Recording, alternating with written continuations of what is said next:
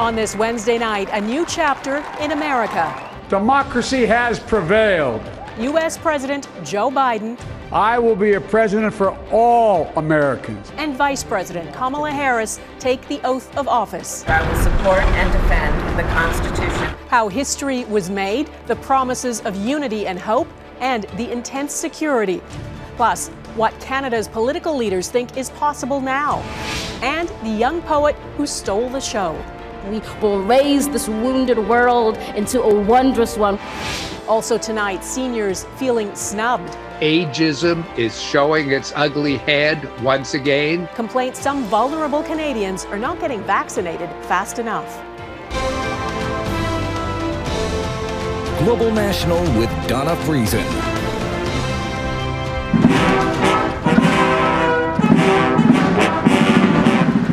America has a new commander-in-chief, and he and First Lady Jill Biden have already moved into their new home, 600 Pennsylvania Avenue. A new era has begun at the White House.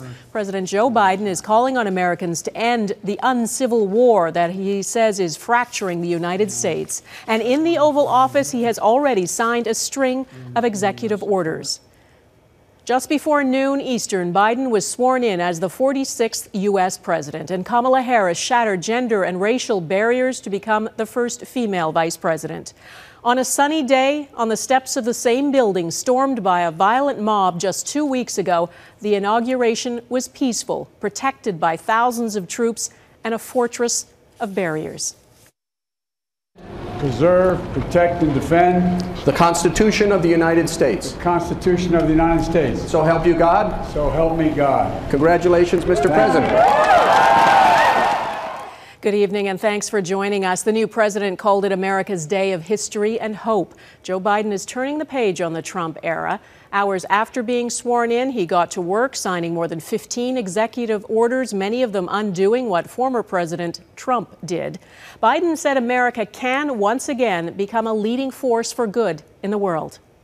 This is America's day. This is democracy's day. A day of history and hope, of renewal and resolve. Today, we celebrate the triumph not of a candidate, but of a cause, the cause of democracy. And at this hour, my friends, democracy has prevailed. Together, we shall write an American story of hope, not fear, of unity, not division, of light, not darkness. May this be the story that guides us, the story that inspires us, and the story that tells ages yet to come that we answered the call of history. We met the moment. Democracy and hope, truth and justice did not die on our watch, but thrived. We have full coverage tonight, including what this new era in Washington might mean for Canada. But we begin with our Washington Bureau Chief, Jackson Proskow, on the moment and the message from America's new president. He waited his whole career for this moment. Congratulations, Mr. President. Joe Biden likely never imagined it would unfold like this. Sworn in under a cloud of crisis to govern a nation rocked by mass death and political instability. To all those who did not support us, let me say this. Hear me out as we move forward. Take a measure of me and my heart. And if you still disagree, so be it. That's democracy. That's America. Biden's pleas for unity were cast across the void of an empty National Mall. Folks, this is a time of testing. A space cordoned off over concerns about domestic extremists and the pandemic. Two crises that Biden will work to solve. I promise you, we will be judged, you and I, by how we resolve these cascading crises of our era. At the twilight's last gleaming. The grim circumstances did not diminish the history of this day. I, Kamala Harris, do solemnly swear. With the swearing in of the first woman of Black and South Asian heritage as vice president. So help me God. History was also made by the absence of the outgoing president, who spurned the inauguration and refused to even utter Biden's name before leaving Washington. Have a good life. We will see you soon. Politics doesn't have to be a raging fire, destroying everything in its path. Biden likewise avoided any mention of Trump, but condemned the defining features of his presidency. We must reject the culture in which facts themselves are manipulated and even manufactured. And I pledge this to you. I will be a president for all Americans. All Americans. And I promise you, I will fight as hard for those who did not support me as for those who did. Unity did not preclude a quick break from his predecessor. The new president set about signing a flurry of executive orders, blocking the Keystone XL pipeline, rejoining the Paris Climate Accord, stopping the construction of Trump's border wall, and mandating face masks on federal property. Jackson, Joe Biden has a massive job ahead. President Trump, former President Trump, now always attacked the media as the enemy of the people, and he used Twitter as his personal bullhorn. I'm wondering what approach Joe Biden is going to take to communicating his message. Donna, he's likely to be much more traditional than Trump was. We're not expecting Biden to hire and fire people over Twitter or make policy announcements that way. Instead, we're expecting a return to the use of the White House briefing room with daily briefings by the press secretary. In other words, as traditional as it can get for a president. Okay, Jackson Proskow in Washington tonight. Thanks. Late today, the Biden administration said the president will be calling Prime Minister Justin Trudeau on Friday. And while he was signing executive orders in the Oval Office late today, Biden confirmed Donald Trump left him a letter in the desk. Biden said it was a very generous letter, and because it is private, he won't talk about it until he's able to talk to Trump. There can be no bragging about the size of the crowds for this inauguration because there were no crowds. Instead, American flags were planted in the National Mall, representing the thousands of Americans who couldn't be there because of the pandemic and the intense security because of the fear of domestic terrorism. Our Mike Armstrong was on the streets during the transfer of power that was peaceful and quiet. The opportunities for the public to see any part of this inauguration day were few and far between, and unofficial. From this street 2 blocks north of the White House, people turned up to watch President Trump leave the White House by helicopter for the last time. I just had to see it for myself, him leave. I wouldn't believe it if I didn't see it for myself. I just would have a hard time believing it. A few blocks away, just a half hour later, another unofficial and fairly long-distance chance to be a part of this historic day.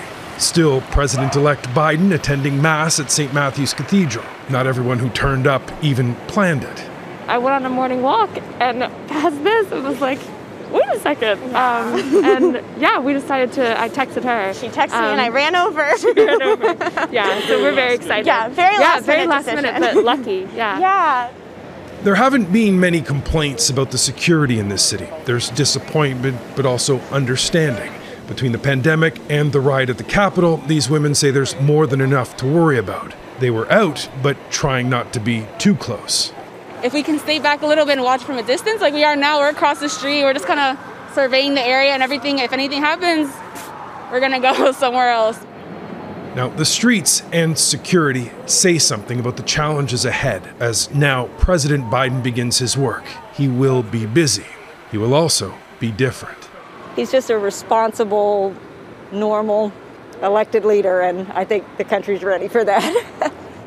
Now, there were those who felt on this day shortchanged, that some sort of a celebration was necessary, something to commemorate the new president and the hope that he brings that a page in history is turning.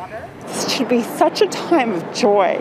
It's really actually devastating that we're not able to celebrate it as we should as Americans. There was, for many, something not lost on this day. It will happen again, but certainly missed. Mike Armstrong, Global News, Washington. America's allies and enemies were watching closely to see what tone President Biden would set. He said he had this message for the world. America has been tested, and we've come out stronger for it. We will repair our alliances and engage with the world once again. Not to meet yesterday's challenges, but today's and tomorrow's challenges. And we'll lead not merely by the example of our power, but by the power of our example. The response has been widely positive. The head of the European Commission said today, once again, after 4 long years, Europe has a friend in the White House. Russia says it hopes for a more constructive relationship. China says it hopes Biden will repair what it calls serious damage to the bilateral relationship. And what about Canada? Our Ottawa Bureau Chief Mercedes Stephenson joins me now. Mercedes, what's the reaction from the Trudeau government? Well, Donna, the Twitter tyranny, tariffs, and uncertainty are over, so there's certainly some relief up here in the Canadian government. But that said, it won't all be smooth sailing with a Biden administration. There's no question that Justin Trudeau and Joe Biden have much more closely aligned ideologies and key priorities. Everything from anti-racism initiatives to the kind of economies they want to run, to, of course, the environment, which is a big issue for both, are likely to see them in sync. But today, even, we saw where there's already a hurdle, the canceling of the Keystone XL pipeline, something the Trudeau government had said they were going to fight for. The Biden administration wouldn't even hear them out. Now, in a way, that helps them politically because you can't lose an argument you didn't make. But on the other hand, they can't characterize Biden as being Trump-like and unreasonable. I spoke to Foreign Affairs Minister Marc Garneau today about what this government's plan is for Canadian energy and what he thinks of the Keystone cancellation. It's our understanding that President Biden is going to carry through his pledge, which he made during the campaign to rescind the permit, and we understand. We understand that, and we respect that. So we will be there, of course, for the people of Alberta, and we will continue to work with the United States on the important question of energy security as we move forward. So, Donna, turns out the Trudeau government will not be continuing to push on that file. Another area they could run into rough seas on is trade. Biden favors the Buy America initiative, which favors more protectionist instincts and could spell trouble for some Canadian industries.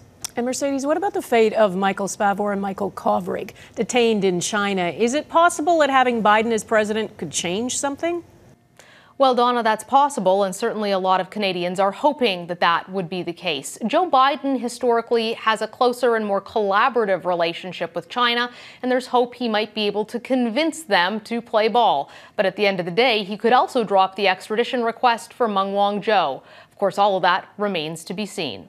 Donna? All right, Mercedes in Ottawa, thanks.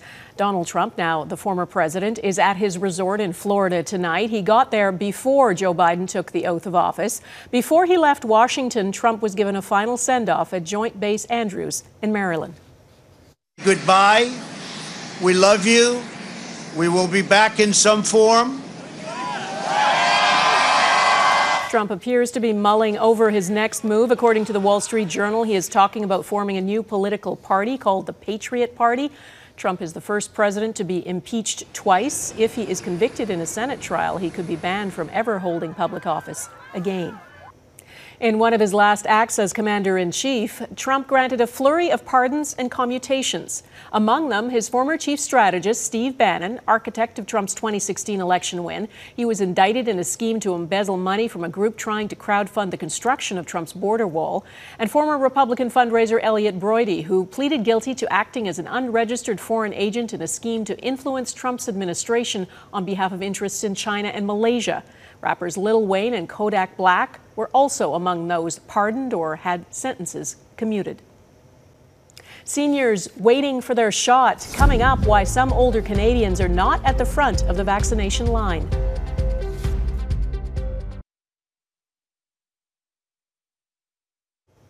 Seniors across this country are wondering when their turn will come to be vaccinated against COVID-19. Older adults, we know, are at higher risk for severe illness from the virus. And each province has its own timeline for vaccinating seniors who live independently in the community and not in long-term care or retirement homes. As Mike LeCouteur explains, seniors advocates say the older adults should be at the front of the line regardless of where they live. Going for groceries twice a month does put 84-year-old Mamie Johnson at risk of catching COVID-19. While she wants the vaccine, she's not upset she'll only get it in Phase 2 of Ontario's rollout. Teachers, groceries, people should all be ahead of me because they see so many people. Not everyone feels that way. Silvana Finocchio Spirac's mother is in that same age group, and she feels her mom should be closer to the front of the line. She'll be able to go 2 minutes into a grocery store or even go for a walk outside and not be terrified of contracting it. The National Advisory Committee on Immunization recommends adults who are 70 years and older should get the vaccine in stage 1 of the rollout. But provinces and territories set their own schedules, and some have that group getting the shot in the second phase of vaccination. Ageism is showing its ugly head once again. The Canadian Association of Retired Persons points out over 90% of elderly people don't live in retirement or long-term care homes. So they're out in the community without the protection of a vaccine. The risk that they'll contract COVID is going to be even greater, and that's causing anxiety among older Canadians. Geriatricians say all provinces should prioritize older populations both in and out of care homes. If you're actually going to say that you want to, preserve the most life, then you would simply follow the science and vaccinate our oldest people first. The provinces and territories say older Canadians are among the top priorities, but the delivery delay from Pfizer-BioNTech might put a wrench in vaccination schedules. Mike LeCouteur, Global News, Ottawa. There's some political news out of Ottawa tonight. MP Derek Sloan has been kicked out of the Federal Conservative Party. Sloan is no longer welcome in caucus after a majority of Tories voted in a secret ballot to expel him. Party leader Aaron O'Toole initiated the vote after learning Sloan's leadership campaign had accepted a donation from a notorious white supremacist. Ahead, a new chapter in America, reflections on the ritual of transferring power.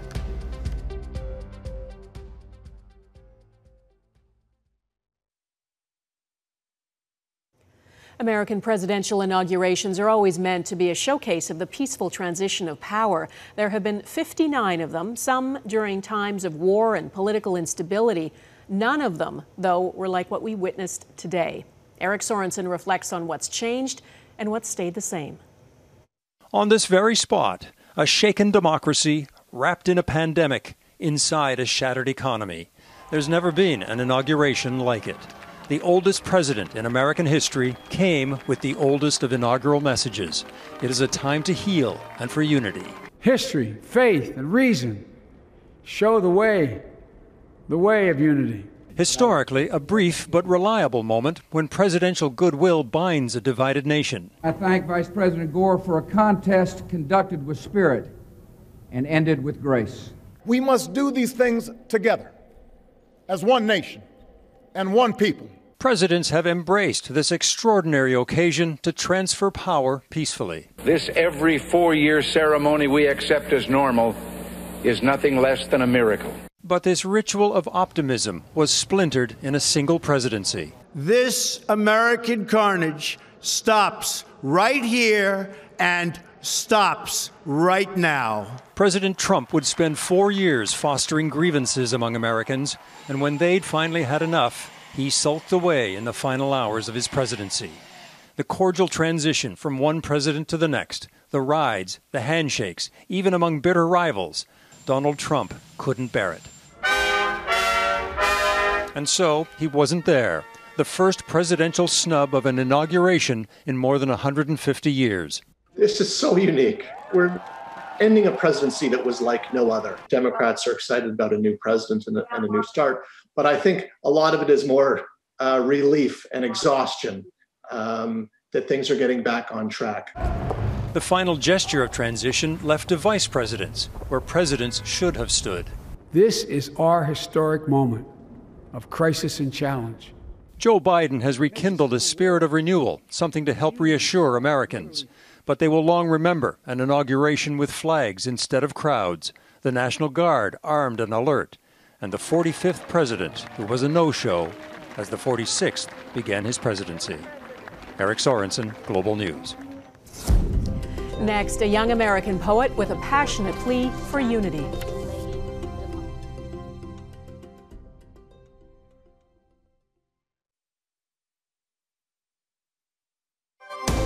You're watching Global National.